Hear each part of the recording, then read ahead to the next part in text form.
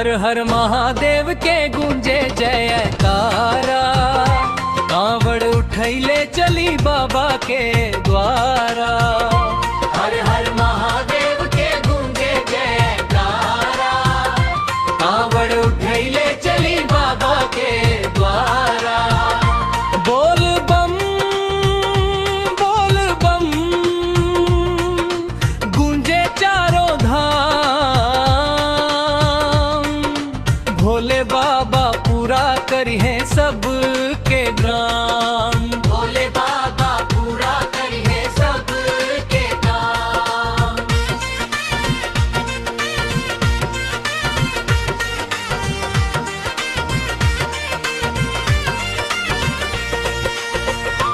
गंगा जल भर के चलनी देवा घर, भोले के भक्ति में भिंजल बा शहर।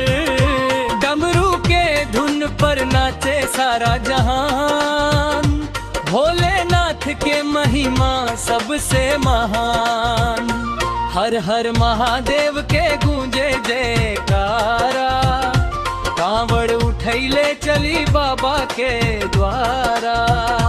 हर हर महादेव के गूंजे जयकारा, कांवड़ उठैले चली बाबा के द्वारा।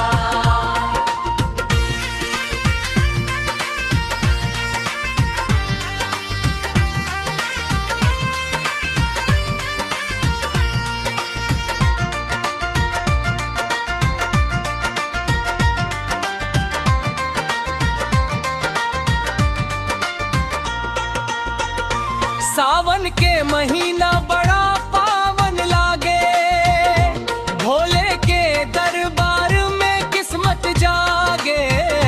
भांग धतूरा बेलपत्र चढ़ाई, भोले बाबा सब पर कृपा बरसाई।